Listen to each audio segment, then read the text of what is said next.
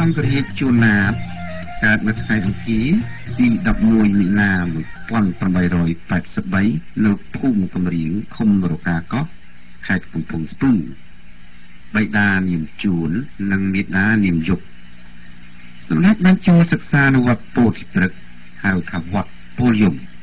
ក្នុងឃុំរលាំងស្រុកកណ្ដាលស្ទឹងខេត្តកណ្ដាលកាលសម្ដេចអាយុបាន14ឆ្នាំក្នុងខែឧសភា1897សម្ដេចបានបួសជាសាមណេរនៅវត្តពលយមនេះ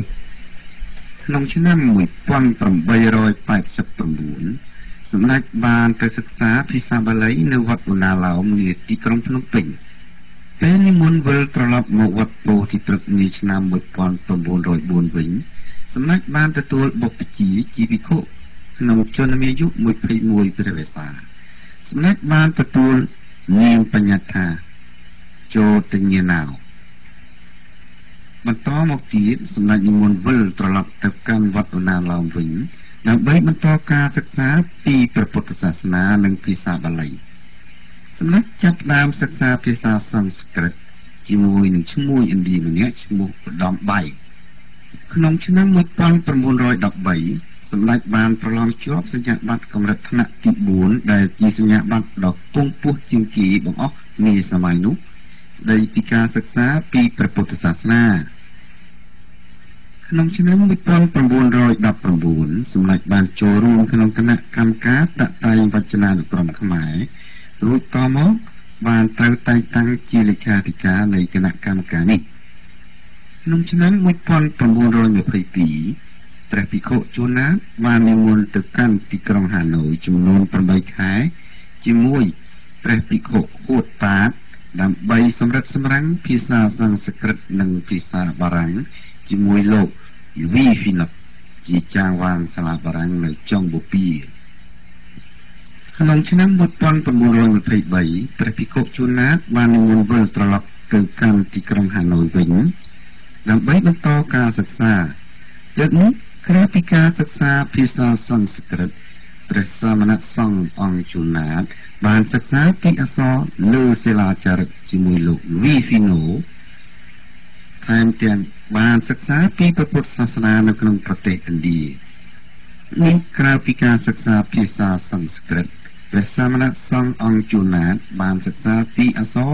លើសិលាចារឹកជាមួយលោកវីហ្វីណូព្រមទាំងបានសិក្សាពីព្រះពុទ្ធសាសនានៅក្នុងប្រទេសឥណ្ឌាផងដោយមានលោកសាស្ត្រាចារ្យហ្គូឡូប៊ីវជាអ្នកបង្ហាត់បង្រៀនព្រមទាំងសិក្សាពីព្រះពុទ្ធសាសនានៅក្នុងប្រទេសឥណ្ឌានិងនៅប្រទេសចិនថែមទៀតការស្នាក់អាស្រ័យជាលើកទី2នៅទីក្រុងហាណូយនេះបានប្រព្រឹត្តទៅក្នុងធរវេលា10ខែកុដក្នុងឆ្នាំ1925ព្រះភិក្ខុជួនណាតបានតែងតាំងជាសមាជិកគណៈកម្មការពិនិត្យលើការបោះពុម្ពផ្សាយសៀវភៅពីសាលាបាលីជាន់ខ្ពស់ក្នុងឆ្នាំ1930សម្ដេចបានត្រូវតែងតាំងជានាយករងនៃសាលាបាលីជាន់ខ្ពស់និងជានាយកគណៈកម្មការបកប្រែព្រះត្រៃបិដកក្នុងឆ្នាំ1933ព្រះអង្គជាសមាជិកត្រួតពិនិត្យការបោះពុម្ពផ្សាយនៃក្រសួងអប់រំជាតិក្នុងឆ្នាំ1942ព្រះអង្គជានាយកសាលាបាលីជាន់ខ្ពស់នៅទីក្រុងភ្នំពេញក្នុងឆ្នាំ1944ព្រះអង្គមានឋានៈជាព្រះចៅអធិការវត្តឧណាឡោមតាំងពីឆ្នាំ1945សម្ដេចទ្រង់ជាប្រធានអនុសង្ឃវជ្រមហាសន្និបាតនៃមន្ត្រីសង្ឃក្នុងប្រទេសកម្ពុជាទាំងមូលឆ្នាំ1947ទ្រង់ជាអនុប្រធានគណៈកម្មការវប្បធម៌នៃគណៈកម្មការធិការជាតិនិងការសិក្សាអប់រំនៅឆ្នាំ1961សម្ដេចសង្ឃជួនណាតព្រះអង្គជាសមាជិកកិត្តិយសនៃសមាគមអ្នកនិពន្ធខ្មែរហើយជារៀងរាល់ថ្ងៃថ្ងៃសុក្រសម្ដេចរមែងតែងតែឲ្យគេធ្វើសម្ភារសួរដេញដោលព្រះអង្គផ្សាយផ្ទាល់តាមវិទ្យុជាតិស្ដីអំពីអក្សរសាស្ត្រជាតិនិងទំនៀមទម្លាប់ខ្មែរក្នុងផ្លូវលោកនិងផ្លូវធម៌ក្នុងឆ្នាំ1967ភូមិន្ទសាកលវិទ្យាល័យនៅភ្នំពេញបានថ្វាយប្រគេនព្រះអង្គនៅឋានៈជាមហាបណ្ឌិតរបស់រដ្ឋផ្នែកអក្សរសាស្ត្រ Dr. Dita Islet และพระองค์ជាតំណាងព្រះសង្ឃខ្មែរនៅគ្រប់អង្គប្រជុំនានានៅបរទេសជាពិសេសនៅក្នុងមហាសន្និបាតមន្ត្រីសង្ឃគ្រប់ប្រទេសដែលកាន់ព្រះពុទ្ធសាសនាដែលបានប្រព្រឹត្តទៅនៅទីក្រុងកូឡុំបូប្រទេសស្រីលង្កាដើម្បីរៀបចំបង្កើតមជ្ឈមណ្ឌលពិភពលោកខាងព្រះពុទ្ធសាសនាអស់លោកអ្នកនាងកំពុងស្ដាប់កម្មវិធីផ្សាយនៃវិទ្យុសំឡេងវាសនាមាតុភូមិពីរដ្ឋធានី Washington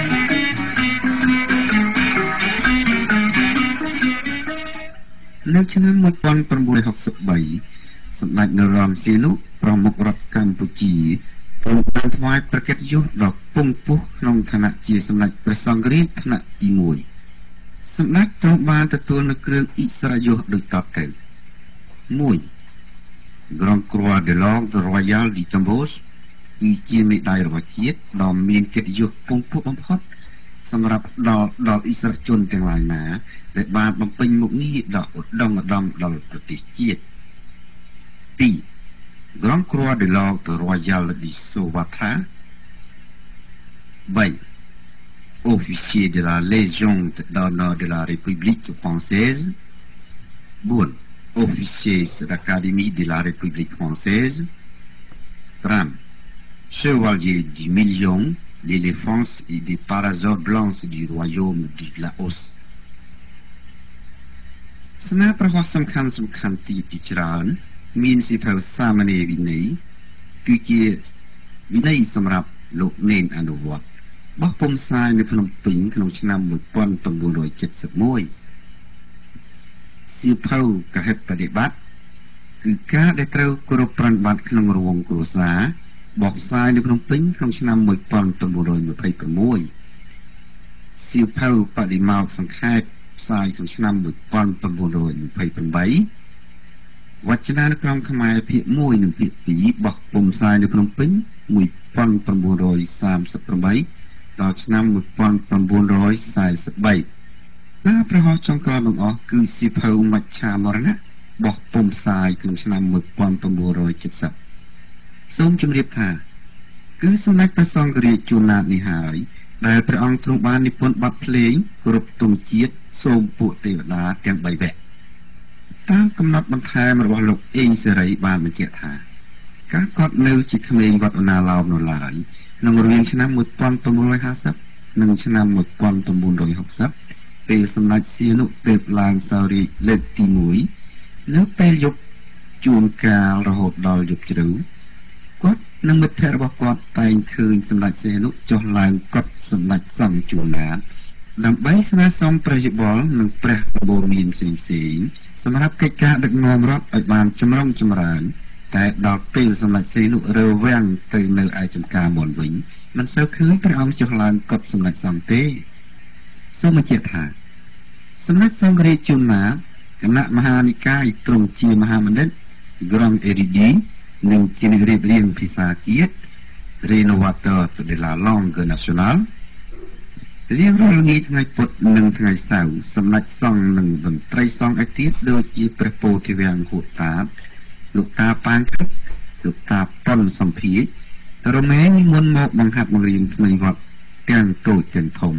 ឲ្យស្គាល់នៅពលឺព្រះពុទ្ធសាសនាពីទំនៀមទម្លាប់ប្រពៃណីជាតិនិងវប្បធម៌ដ៏រុងរឿងនៃជាតិខ្មែរក្នុងនីតិអប់រំសិលធម៌ជារឿយៗសម្ដេចសង្ឃរាជជួនណាតរមែងតែងតែក្រើនរំលឹកដាស់តឿនថាពួកឯងរាល់គ្នាបានមកស្នាក់អាស្រ័យនៅក្នុងវត្តអារាមឪពុកម្ដាយជាកសិករកម្មករខិតខំរកស៊ីធ្វើស្រែចម្ការប្រកបរបរកសិកម្មលឿយហត់ឥតបាគិតខំបញ្ជូនកូនឲ្យមកស្វែងរកតម្រេះវិជ្ជាបានភ្លឺស្វាងនឹងគេដើម្បីលើកកិត្តិយសកិត្តិនាមគ្រួសារដូចនេះចូលនាងរាល់គ្នាខិតខំរៀនសូត្រសង្វាតសម្ភារឲ្យមែនទែនកុំឲ្យខកចិត្តមេដាបិតាកុំគិតតែដើរលេងត្រេកត្រកស៊ីតែបាយបាតប្រមាថលោកសង្ឃហើយដើរចង់ស្រីនោះក្នុងឆ្នាំ1947សម្ដេចបាននិមន្តទៅសម្ពោធបើកមន្ទីរពុទ្ធសាសនបណ្ឌិតអង្គស្ទីទីបូឌិកនៅខេត្តឃ្លាំងកម្ពុជាក្រោមដែលមានការចូលរួមពីអង្គការឡំអែម ព្រះសង្ឃរាប់ពាន់ព្រះអង្គនិងពុទ្ធបរិស័ទខ្មែរក្រោមរាប់ម៉ឺននាក់សម្ដេចជាភាសាខ្មែរបារាំងយួនលាវសៀមបាលីនិងសំស្ក្រឹតថ្មីបើចូលក្នុងបច្ចឹមវ័យជារាហើយក៏ដោយក៏សម្ដេចនៅតែខិតខំសំព្រីរៀនសូត្រចំណេះវិជ្ជាទូទៅតទៅទៀតឥតឈប់ឈរឡើយ